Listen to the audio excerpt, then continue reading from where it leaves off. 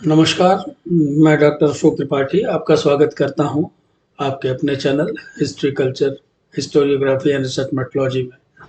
मित्रों, आज का जो हमारा टॉपिक है डिस्कशन का वो हिंदी साहित्य के इतिहास से है। और जैसा कि आप लोगों को पता है कि बीच बीच में मैं हिंदी साहित्य के इतिहास पर भी कुछ वीडियोस डालता रहता हूं। साहित्य और इतिहास का बड़ा गहरा नाता है और आज का जो टॉपिक है वो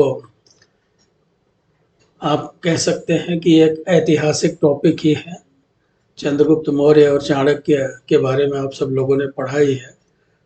जयशंकर प्रसाद जी ने आधुनिक युग में चंद्रगुप्त नाटक को राष्ट्रीय और सांस्कृतिक दृष्टिकोण से आप कह लीजिए या राष्ट्रीय और सांस्कृतिक परिप्रेक्ष्य में प्रस्तुत किया है, क्योंकि उस समय देश में राष्ट्रीय आंदोलन चल रहा था और राष्ट्रीय आंदोलन के दौरान बहुत सारे साहित्यकार और लेखक जो है वो अपने साहित्य में राष्ट्रीय चेतना को प्रतिबिंबित कर रहे थे। जयशंकर प्रसाद जी का नाटक, चाहे वो जो भी नाटक हो, वो प्रत्येक नाटक में हम ये देखते हैं कि राष्ट्रीय चेतना, सामाजिक चेतना, सांस्कृतिक चेतना, दार्शनिक चेतना व्याप्त है। तो हिंदी नाटक विधा में जयशंकर प्रसाद का आगमन वो एक युगांतरकारी परिवर्तन लेकर के आया। प्रसाद के नाटकों में ऐतिहासिक गवेषणा, राष्ट्रीय चेतना और भारतीय संस्कृति का चित्रण प्रमुख स्थान रखते हैं। अजातशत्रु, चंद्रगुप्त, स्कंदगुप्त, ध्रुव स्वामिनी आदि उनके उत्कृष्ट ऐतिहासिक नाटक हैं। प्रसाद युग आते आते भारत में राष्ट्रीय आंदोलन एक निश्चित स्वरूप ग्रहण करने लगा था और उसका प्रभाव हम उनके नाटकों पर देख सकते हैं। उनके ऐतिहासिक नाटकों की मूल भावना ही देशभक्ति है और ये देशभक्ति विशेष प्रकार की देशभक्ति है। ये उत्साह से परिपूर्ण है। इस देशभक्ति में देश के ऊपर मर मिटने का जज्बा दिखाई देता है। देश के लिए कुछ भी कर गुजरने का जज्बा दिखाई देता है। देश के लिए त्याग करने के लिए आप देखेंगे इस नाटक के जो भी पात्र हैं वो देश के लिए त्याग करने के लिए सदैव तैयार रहते हैं। तो मित्रों,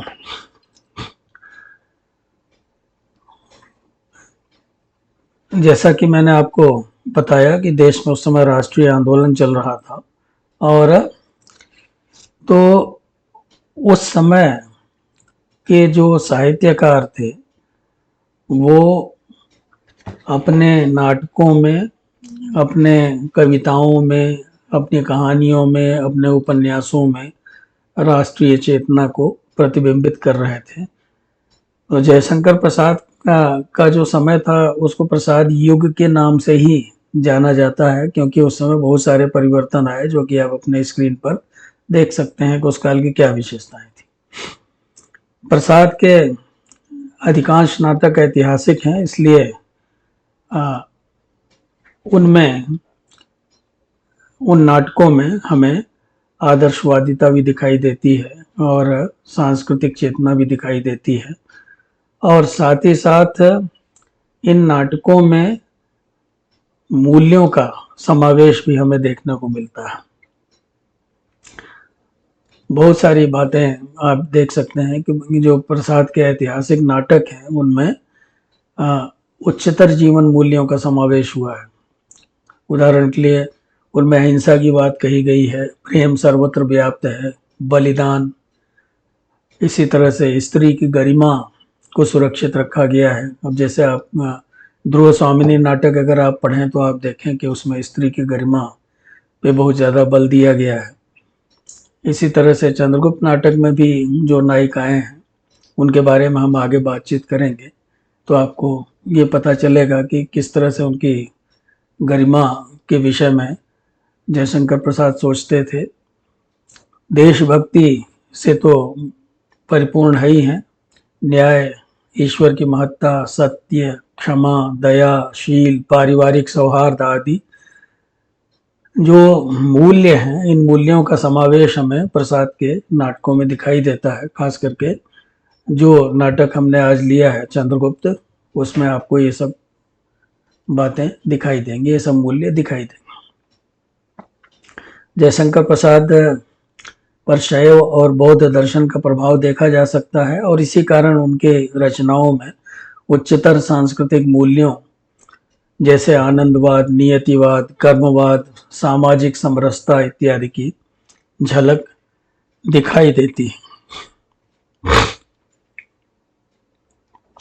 तो मित्रों, प्रसाद के सभी नाटकों में देश प्रेम का अत्यंत भव्य स्वरूप हमें मिलता है और बहुत सारे जो नाटक हैं उनमें आप देखेंगे उनके जो नाटक के जो संवाद हैं उन संवादों में आप देख सकते हैं कि देशभक्ति की झलक दिखाई पड़ती है। अब जैसे चंद्रगुप्त नाटक में सिंहरण है, तो सिंहरण जो है वो ये कहता है कि जन्मभूमि के लिए ही यह जीवन है, फिर अब आपसी सुकुमारियां इसकी सेवा में कटिबद्ध हैं, तब मैं पीछे कब रहूंगा। तो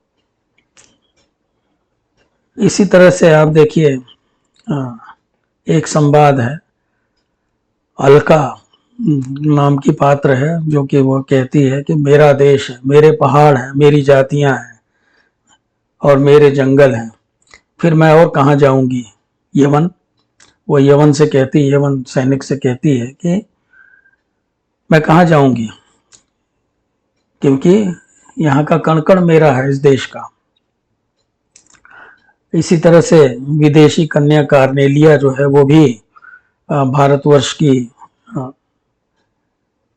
धरती से इतनी ज्यादा प्रभावित है कि वो भी कहती है चंद्रगुप्त से कि नहीं चंद्रगुप्त, मुझे देश से, इस देश से जन्मभूमि के समान स्नेह होता जा रहा है।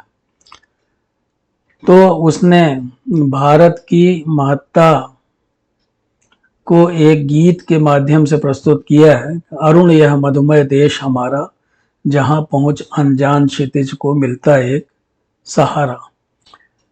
तो ऐसा नहीं है, विश्व सिकंदर जो कि एक विश्व विजेता था, एक महान योद्धा था जो पूरी दुनिया को जीतने निकला था, वो भी भारत की महत्ता की प्रशंसा करता है, वो भी उसके सामने अपना सर झुकाता है। तो आप देख सकते हैं कि देश प्रेम का जो चित्रण है वो चंद्रगुप्त नाटक में मिलता है, जैसे हमने भी बहुत सारे संवादों में देखा। सिंहरण, अलका, कार्नेलिया आदि के संवाद इस दृष्टि से महत्वपूर्ण है।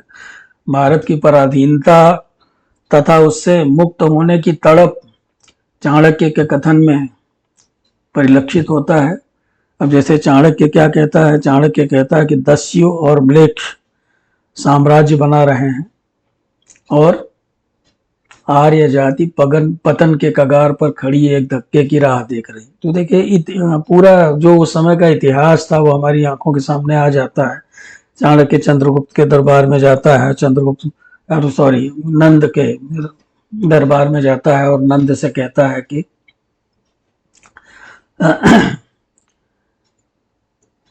जो कि मतलब नंद जो है, जो कि शराब में, मदिरा में डूबा रहने वाला है और वो मदिरा पी करके जो है एक तरुणी से कहता है कि तुम्हारी आंखों में काम का सुकुमार संकेत नहीं। और इसी तरह से चंद्रगुप्त की माँ का भी वो अपमान करता है, उसे दुष्टे कह करके चुप रहने को कहता है। तो कहने का मतलब यह है कि ऐसे चंद्रगुप्त से चाणक्य ये उम्मीद कर रहा था कि वो देश की रक्षा करेगा यवनों के आक्रमण से। तो इसीलिए उसने उसको चेतावनी के स्वर में ही कहा था कि दस्यु और म्लेच्छ साम्राज्य बना रहे हैं और आर्य जाति पतन के कगार पर खड़ी एक धक्के की राह देख रही है। तो ये चाणक्य की चिंता है जो कि व्यक्त हो रही है। प्रसाद ने भारतीयों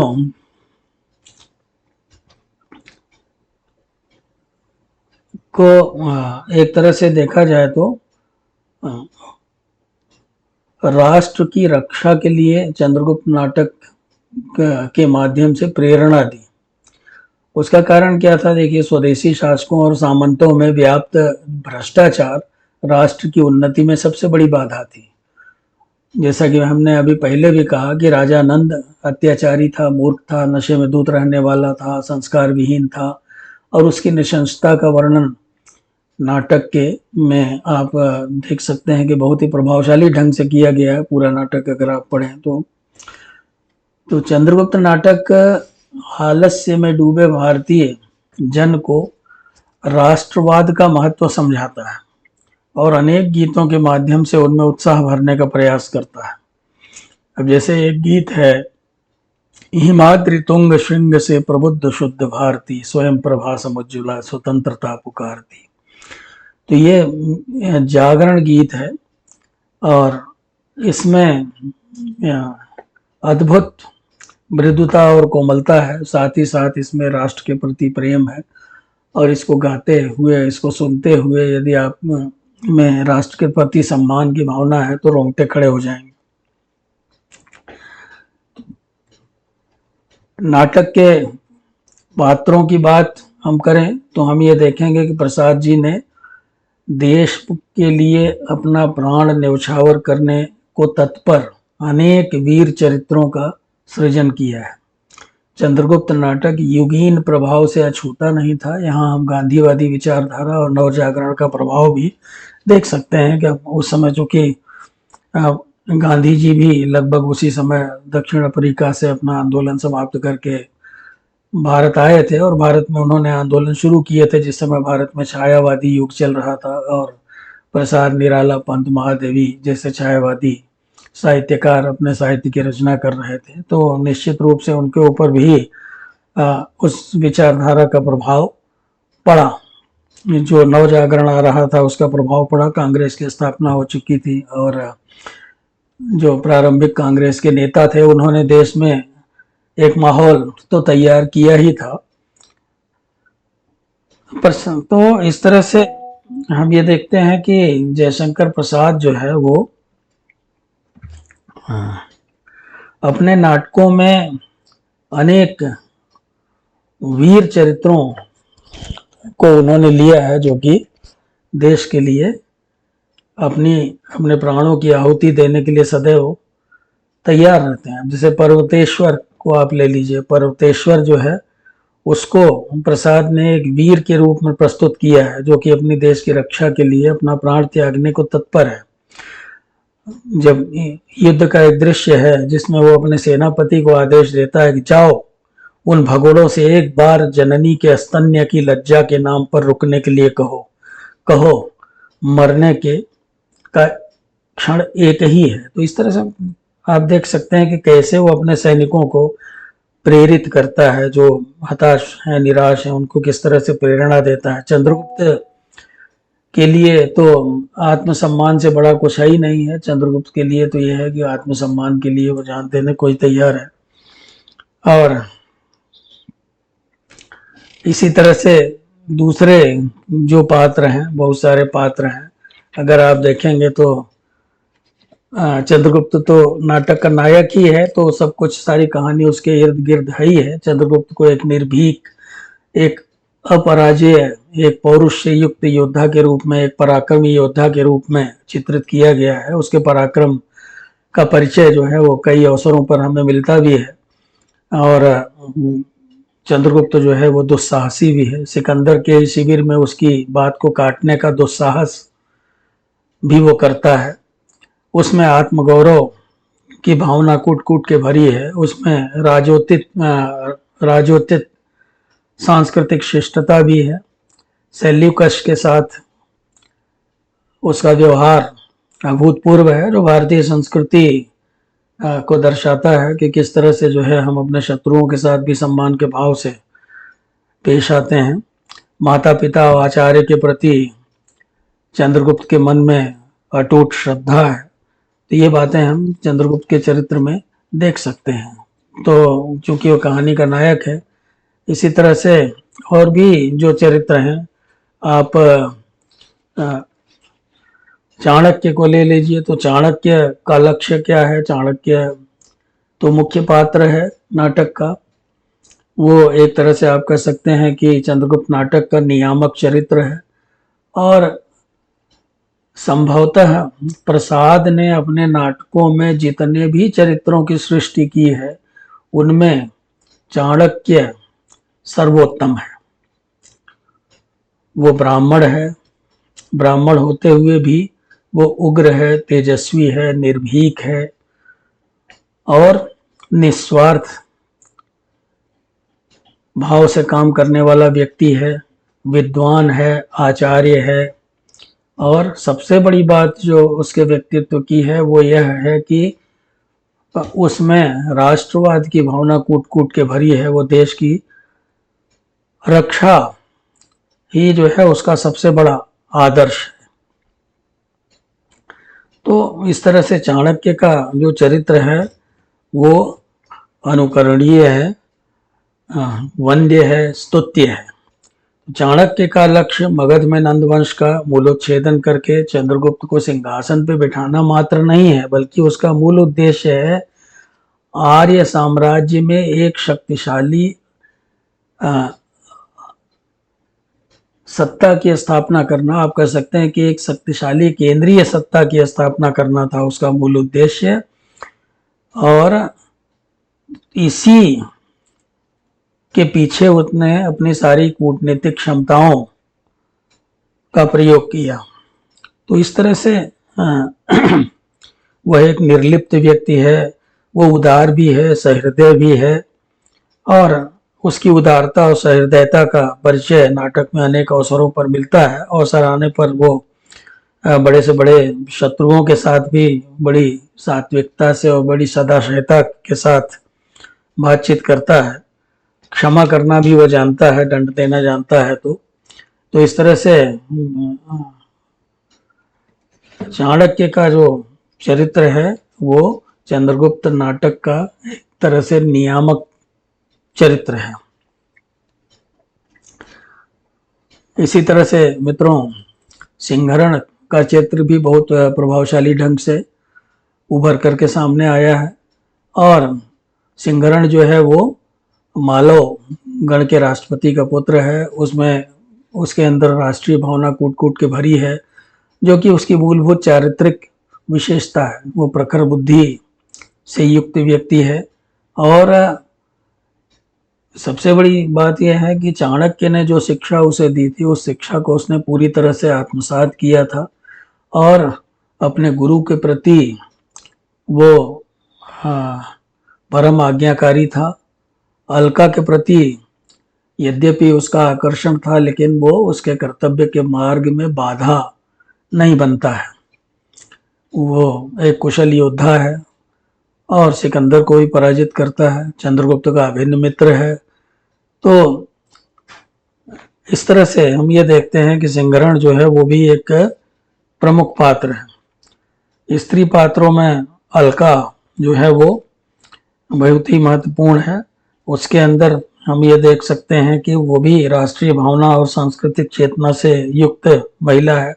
वो आप ये कह सकते हैं कि एक आधुनिक महिला, वह एक सशक्त नारी का प्रतीक है।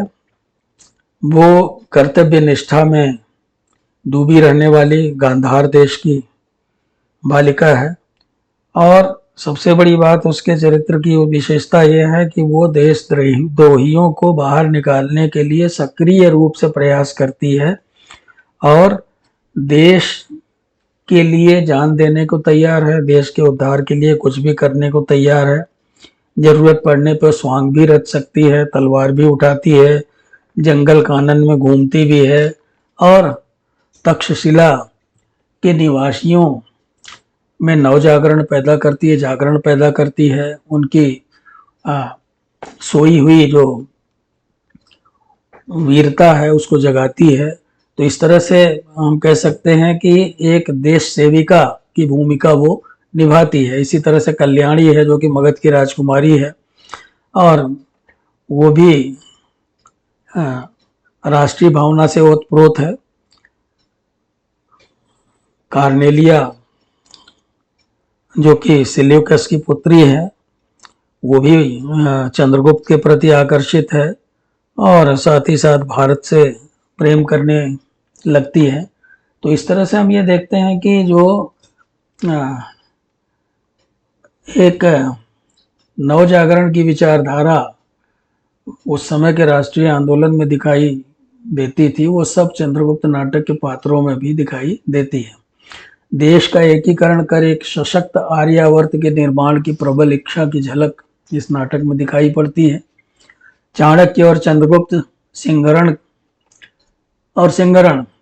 के सम्मुख एक राष्ट्र का आदर्श, चाणक्य जो है चंद्रगुप्त और सिंगरण के सम्मुख एक राष्ट्र का आदर्श प्रस्तुत करते हुए कहता है कि तुम मालव हो और वह मागध, यही तुम्हारे मान का अवसान है ना। परंतु आत्मसम्मान इतने से संतुष्ट नहीं होगा। मालव और मागध को भूलकर जब तुम आर्यावर्त का नाम लोगे तभी वह मिलेगा। तो मित्रों, जैसे आजकल है, अगर हम ये कहें कि हम पंजाबी हैं, हम बंगाली हैं, हम राजस्थानी हैं, हम उड़िया हैं, हम मद्रासी हैं, हम केरल के निवासी, ऐसा नहीं है। सबसे पहले हम भारतीय हैं, भारतीय होने के बाद फिर उसके बाद और कुछ है। तो इस तरह से ये जो राष्ट्रवाद की मूल भावना थी, एक जो अखिल भारतीय विचारधारा थी, वो हम यहाँ चाणक्य के इस कथन में, इस संवाद में देख सकते हैं। इसके अलावा विश्व मैत्री और अंतर्राष्ट्रीय संबंध, सांप्रदायिक एकता, नारी शक्ति का सम्मान, सामाजिक विकृतियों के प्रति विद्रोह आदि भी जो है वो हमें प्रसाद के ऐतिहासिक नाटकों में दिखाई देते हैं, और चंद्रगुप्त में खास तौर पे। तो इस तरह से अब जैसे आप देखिए, मैत्री संबंधों में आप देख सकते हैं कि जयशंकर प्रसाद बहुत अच्छी तरह से जानते थे कि विदेशी हमारे देश पे काबिज हैं, और जितना हम उनसे लड़ेंगे तो उतनी हमारी शत्रुता बढ़ती जाएगी। तो इसलिए बेहतर यह है कि आपस में बैर भाव भुला करके मैत्री की जाए, तो वो देश के लिए भी अच्छा होगा और अंतर्राष्ट्रीय समाज के लिए भी, दुनिया के लिए भी अच्छा होगा। तो अंतर्राष्ट्रीय संबंधों पे बल दिया गया है, सांप्रदायिक एकता पे बल दिया गया है, नारी शक्ति का सम्मान, जैसे हमने अभी कई नारी पात्रों का उल्लेख किया, सामाजिक विकृतियों आदि के प्रति जो है वहाँ विद्रोह यहाँ दिखाया गया है। और तो ये सब जो है प्रसाद के ऐतिहासिक नाटक की विशेषताएं हैं। तो मित्रों, इस प्रकार चंद्रगुप्त नाटक का अध्ययन करने के बाद हम ये भली भांति समझ जाते हैं कि देश जब विषम परिस्थितियों से गुजर रहा था और विदेशियों के अधीन हो गया था, जब साम्राज्यवादियों ने देश के ऊपर कब्जा कर लिया था, हमारे देश को अपना उपनिवेश बना लिया था और उनका दमन चक्र चल रहा था, तो ऐसे समय में जयशंकर प्रसाद ने तत्कालीन राष्ट्रीय चेतना को अपने नाटकों में मुखरित किया। उन्होंने इतिहास के पन्नों से ऐसे प्रसंग ढूंढे जिनके माध्यम से देश प्रेम को आगे बढ़ाया जा सके, देश प्रेम को लोगों के बीच में उभारा जा सके। तो प्रसाद ने जनमानस को अपने नाटकों के माध्यम से जागृत करने में अपना अभूतपूर्व योगदान दिया। तो मित्रों, उम्मीद है कि आपको ये वीडियो पसंद आया होगा। अगर आपको ये वीडियो पसंद आया हो तो आप चैनल को सब्सक्राइब करें और वीडियो को लाइक करें, साथ ही साथ अपने दोस्तों इत्यादि के साथ शेयर भी करें, और आगे मुझे बताएं भी कमेंट बॉक्स में। जो भी लगा, अच्छा लगा, खराब लगा, कुछ भी लगा, तो आप कमेंट बॉक्स में अवश्य बताएं। और भी जो आपको चाहिए कोई चीज़, तो वो भी हमें आप बताएं। बहुत बहुत धन्यवाद। नमस्कार।